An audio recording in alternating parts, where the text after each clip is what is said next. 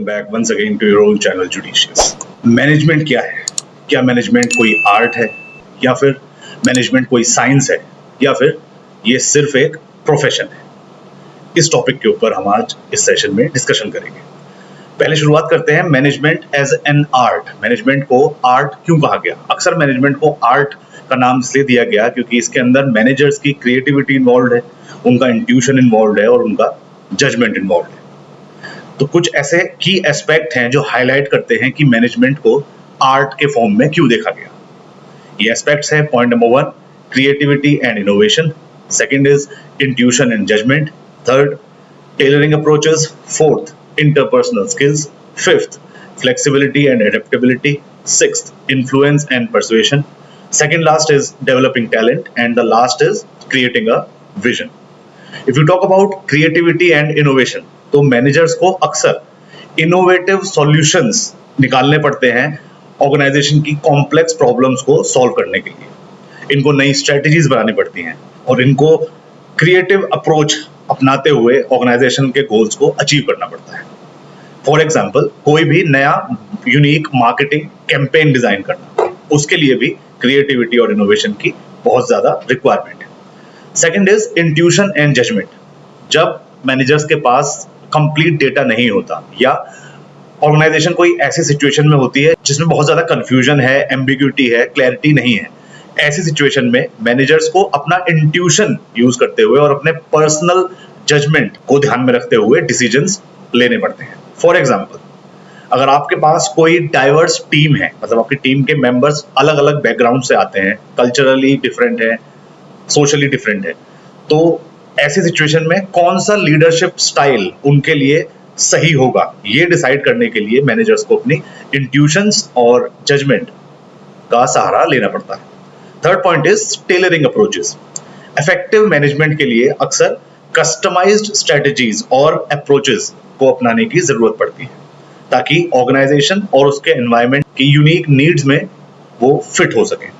For example, अगर आप किसी ग्लोबल कंपनी को मैनेज कर रहे हैं, कोई एमएनसी है, मल्टीनेशनल कंपनी, तो ऐसी सिचुएशन में मैनेजर्स को ऐसी मैनेजमेंट प्रैक्टिसेस अडॉप्ट करनी पड़ेंगी जो कि डिफरेंट कल्चर्स को सूट कर सके। Point number 4, interpersonal skills. Employees को इफेक्टिवली मैनेज करने के लिए स्ट्रॉन्ग इंटरपर्सनल स्किल्स होनी बहुत ज्यादा जरूरी है, जिसमें एम्पैथी भी आती है, कम्युनिकेशन भी आता है और मोटिवेशन भी होता है। फॉर एग्जाम्पल, अगर आपके टीम मेंबर्स के बीच में कोई कॉन्फ्लिक्ट हो गया है तो उसको रिजॉल्व कराने के लिए आपको इंटरपर्सनल स्किल्स की बहुत ज्यादा रिक्वायरमेंट रहेगी। Point number 5 is flexibility and adaptability.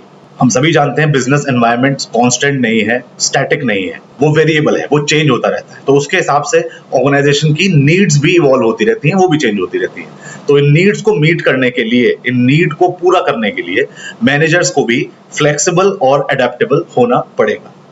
Example के तौर पर, अगर आपके मार्केट में कुछ चेंज आ गया है या आपकी कंज्यूमर की प्रेफरेंस अब शिफ्ट हो गई है, तो उसके अकॉर्डिंगली आपको या मैनेजर्स को अब अपना स्ट्रेटेजिक प्लान भी एडजस्ट करना पड़ेगा। Point number 6 is influence and persuasion. Managers को अपने एम्प्लॉइज को ही नहीं बल्कि अपने सारे स्टेक होल्डर्स को भी इन्फ्लुएंस और परसुएट करना पड़ता है ताकि ये सभी लोग, चाहे वो उसके सप्लायर्स हों, उस कंपनी के वेंडर्स हों, कस्टमर्स हों, जो कोई भी कैटेगरी ऑफ पर्सन हो, वो यूनानिमसली एक साथ आकर मैनेजर्स के विजन को, आइडिया को और डिसीजंस को सपोर्ट करें। फॉर एग्जांपल, अपने स्टेक होल्डर्स को कन्विंस करना कि वो आपकी ऑर्गेनाइजेशन के नए प्रोजेक्ट में इन्वेस्ट करें, तो इसके लिए भी इन्फ्लुएंस और परसुएशन की बहुत ज्यादा रिक्वायरमेंट है। Point number 7 is developing talent. Effective management के लिए यह जरूरी है कि आप अपने टीम मेंबर्स की स्किल्स को नर्चर करें और उसको डेवलप करें, जिसके लिए मैनेजर्स को पर्सनलाइज्ड और थॉटफुल अप्रोच की जरूरत पड़ेगी। फॉर एग्जांपल, अपने एम्प्लॉइज को ट्रेनिंग देना कि वो कैसे अपनी परफॉर्मेंस को इंप्रूव करें और उनको फ्यूचर में लीडरशिप रोल के लिए तैयार करना। Point number 8, creating a vision. Managers को एक इंटरेस्टिंग विजन ना सिर्फ क्रिएट करना है बल्कि उसको कम्युनिकेट भी करना है अपने सारे स्टेक होल्डर्स तक कि मैनेजर उस ऑर्गेनाइजेशन के फ्यूचर में उसको कहां पर देखना चाहते हैं। फॉर एग्जाम्पल, एक लॉन्ग टर्म विजन एक्सप्रेस करना पड़ेगा कंपनी की ग्रोथ के लिए और अपनी टीम को मोटिवेट करेंगे ताकि वो उसको अचीव करने के लिए काम करें। तो इस डिस्कशन का कंक्लूजन क्या आता है, मैनेजमेंट एज एन आर्ट का कंक्लूजन क्या है कि management yes it emphasises upon the importance of human elements. इसको आर्ट इसलिए बोला गया क्योंकि ये ह्यूमन एलिमेंट के ऊपर यहाँ पर एम्फेसिस है, पर्सनल स्किल्स के ऊपर ज्यादा एम्फेसिस है और क्रिएटिव प्रॉब्लम सॉल्विंग पर भी यहाँ पर फोकस है। हालांकि मैनेजमेंट के अंदर सारे वो सिस्टमैटिक प्रोसेस और साइंटिफिक प्रिंसिपल्स भी इन्वॉल्व होते हैं, इसलिए इसको साइंस भी कहा गया है, हम आगे वाली स्लाइड्स में देखेंगे।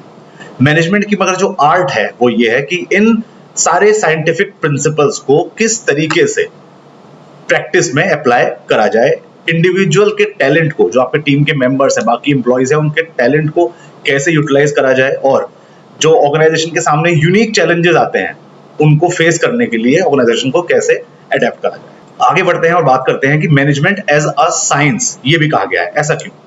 मैनेजमेंट को साइंस भी बोला गया क्योंकि इसके अंदर सिस्टमैटिक स्टडी इन्वॉल्व है, एम्पेरिकल रिसर्च इन्वॉल्व है और सारे मैनेजमेंट के प्रिंसिपल्स का यहाँ पर एप्लीकेशन भी है। आइए देखते हैं कि कैसे management as a science qualify करता है। Point number 1 systematic body, point number 2 empirical research, third point is predictable and reproducibility, point number 4 quantitative analysis, fifth point is established principles and theories, point number 6 scientific method, point number 7 standardization and best practices, and last point is objective analysis.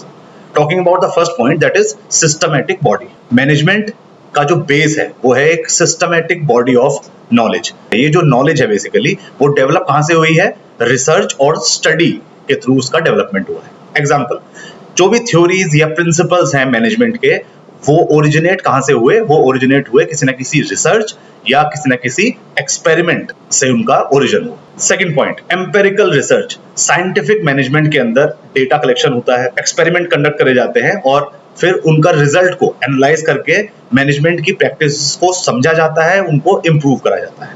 For example surveys, case studies और statistical analysis ये सब use करे जाते हैं management के different aspects को study करने के लिए। Point number 3 predictable and reproducibility, management की जो प्रैक्टिसेस हैं वो स्टडी करी जाती हैं, टेस्ट करी जाती हैं ताकि उनका आउटकम फ्यूचर में क्या होगा उसको प्रेडिक्ट किया जा सके और ये इंश्योर करा जा सके कि जो रिजल्ट्स हैं वो कंसिस्टेंट रहें। फॉर एग्जाम्पल फोरकास्टिंग, बजटिंग और परफॉर्मेंस मेजरमेंट ये कुछ ऐसे टूल्स हैं जो कि मैनेजर्स यूज करते हैं फ्यूचर कंडीशंस और डिसीजन मेकिंग के लिए। Point number 4 quantitative analysis, management के अंदर अक्सर क्वांटिटेटिव टूल्स और टेक्निक्स को यूज करा जाता है डेटा के एनालिसिस के लिए और एक इन्फॉर्म्ड डिसीजन लेने के लिए। Financial analysis, operation research, performance matrix ये अक्सर ये कुछ टेक्निक्स हैं जो मैनेजमेंट के अंदर यूज करी जाती है। Point number 5 established principles and theories, management की जो साइंस है वो कुछ एस्टैब्लिश्ड थियरीज और प्रिंसिपल्स के ऊपर बेस्ड है जिसकी वजह से मैनेजमेंट की प्रैक्टिसेस को इंप्रूव किया जा सकता है और उनको समझा भी जा सकता है।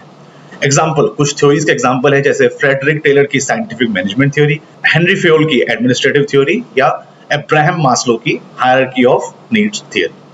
पॉइंट नंबर 6 मैनेजमेंट की प्रैक्टिसेस में अक्सर साइंटिफिक मेथड को यूज करा जाता है जिसमें कि हाइपोथेसिस बनाई जाती है, उसको टेस्ट करते हैं, रिजल्ट का एनालिसिस होता है और फिर प्रैक्टिसेस को रिफाइन करा जाता है। फॉर एग्जांपल किसी नई अप्रोच को टेस्ट करने के लिए और उसके इफेक्टिवनेस को डिटरमाइन करने के लिए मैनेजर्स एक्सपेरिमेंट कंडक्ट करते हैं, पायलट प्रोग्राम चलाते हैं और कंट्रोल्ड स्टडीज का भी यूज करते हैं। Point number 7 is standardisation and best practices, management science best practices को आइडेंटिफाई और इंप्लीमेंट करना चाहता है जिससे कि परफॉर्मेंस अपने आप ऑप्टिमम हो जाए।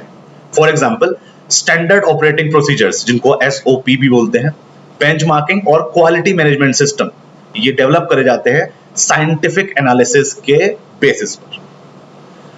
Point number 8 is objective analysis, management science objective data driven analysis पर डिपेंड करती है और इनको यूज कर वो डिसीजंस लेती है और प्रॉब्लम को सॉल्व करती है। Example performance matrix, statistical tools, objective criteria ये कुछ ऐसे टूल्स हैं जो यूज करे जाते हैं सिचुएशंस को असेस करने के लिए और डिसीजंस को गाइड करने के लिए।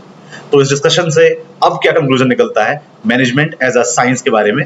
देखिए मैनेजमेंट एज अ साइंस अगर हम देखें तो बिल्कुल सिस्टमैटिक है, डेटा ड्रिवन अप्रोच है यहाँ पर ताकि ऑर्गेनाइजेशन की परफॉर्मेंस को समझा जा सके, प्रेडिक्ट करा जा सके और इंप्रूव करा जा सके। ये मैनेजमेंट एज अ साइंस कुछ थ्योरीज पर डिपेंडेंट रहती है। एम्पेरिकल रिसर्च यहाँ पर कंडक्ट करी जाती है और क्वांटिटेटिव एनालिसिस होता है ताकि इफेक्टिव मैनेजमेंट प्रैक्टिसेस को यूज कर ऑर्गेनाइजेशन की कॉम्प्लेक्स प्रॉब्लम्स को सॉल्व किया जा सके। अब आते हैं लास्ट टॉपिक पर, जो है management as a profession.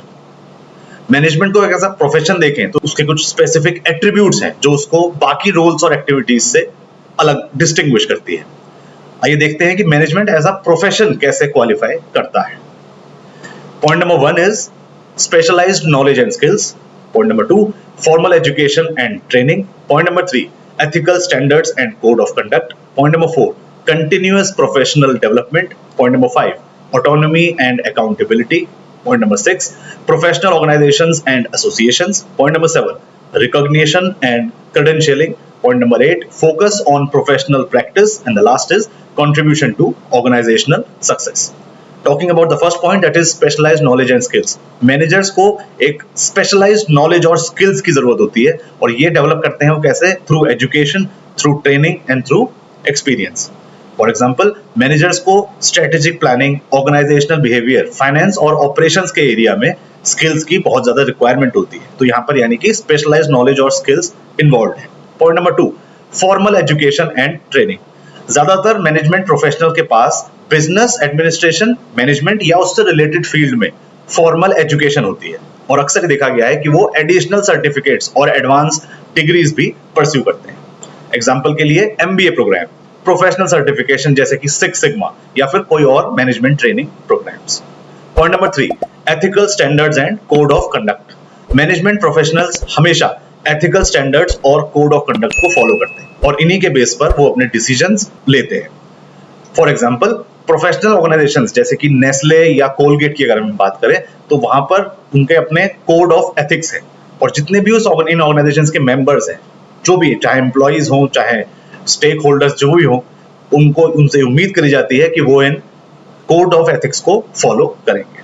Point number 4 continuous professional development. Managers हमेशा ऑनगोइंग लर्निंग प्रोसेस में रहते हैं और डेवलपमेंट अपना कंटिन्यूअसली करते रहते हैं ताकि वो इंडस्ट्री की लेटेस्ट ट्रेंड से अपडेटेड रहे, नई टेक्नोलॉजी से अपडेटेड रहे और मैनेजमेंट की इवॉल्विंग प्रैक्टिसेस, जो भी नई प्रैक्टिसेस हैं, उनके साथ अप टू डेट रहे। एग्जाम्पल, पार्टिसिपेट करते हैं लोग वर्कशॉप्स में, कॉन्फ्रेंसेस में, सेमिनार्स में, ताकि वो मैनेजमेंट के लिटरेचर और रिसर्च के साथ अप टू डेट रह सके।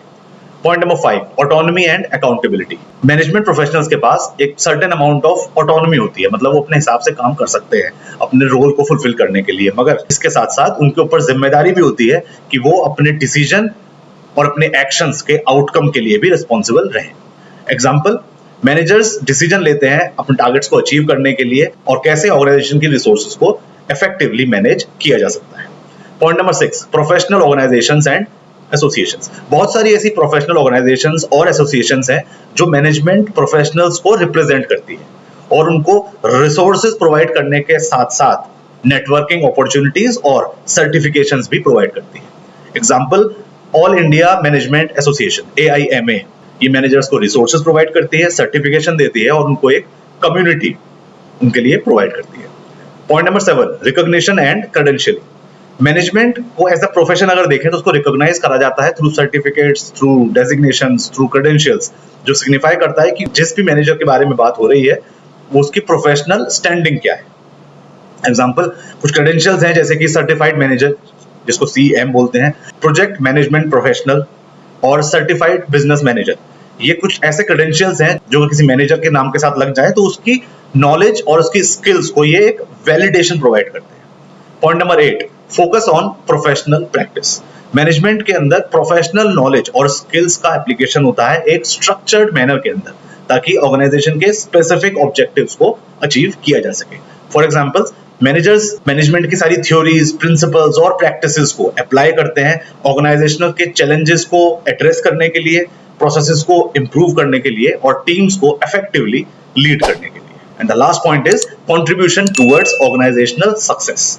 बिल्कुल, मैनेजमेंट का बहुत बड़ा कंट्रीब्यूशन होता है किसी भी ऑर्गेनाइजेशन की सक्सेस और ग्रोथ के पीछे, क्योंकि मैनेजमेंट ही है जिसके थ्रू टीम्स को लीड किया जा सकता है, रिसोर्सेज को मैनेज किया जा सकता है और स्ट्रेटेजिक डिसीजंस को लिया जा सकता है। फॉर एग्जांपल, मैनेजर्स किसी भी ऑर्गेनाइजेशन की परफॉर्मेंस को इन्फ्लुएंस करते हैं, इनोवेशन को ड्राइव करते हैं और इंश्योर करते हैं कि सारे स्ट्रेटेजिक गोल्स एक साथ अलाइन्ड रहे। तो इस डिस्कशन से अब क्या कंक्लूजन निकलता है, वो ये है कि मैनेजमेंट एज अ प्रोफेशन बिल्कुल उसके अंदर स्पेशलाइज्ड नॉलेज है, फॉर्मल एजुकेशन है, एथिकल स्टैंडर्ड्स को ये फॉलो करते हैं और ये कमिटेड होते हैं कंटिन्यूअस डेवलपमेंट के लिए। इसको रिकॉग्नाइज करने के लिए बहुत सारी प्रोफेशनल ऑर्गेनाइजेशंस हैं, क्रेडेंशियल्स देते हैं इनको, जो कि एक बहुत इंपॉर्टेंट रोल प्ले करता है किसी भी ऑर्गेनाइजेशन की सक्सेस में। कैसे इन प्रोफेशनल प्रैक्टिसेस को अप्लाई कर अपने गोल्स को अचीव और चैलेंजेस को एड्रेस करने के लिए। So with this, I wind up this session. Hope you liked the video and understood the concept. Till the time we meet next, it's me, Amit Sharma, signing off. Bye-bye and take care. Thank you so much.